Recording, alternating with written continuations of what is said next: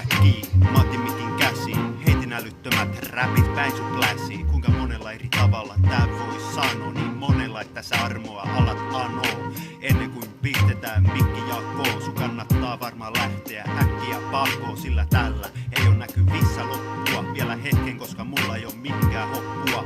Vaan voin täs mikin sanoja laukoo ja samalla kalja pulloja aukoo.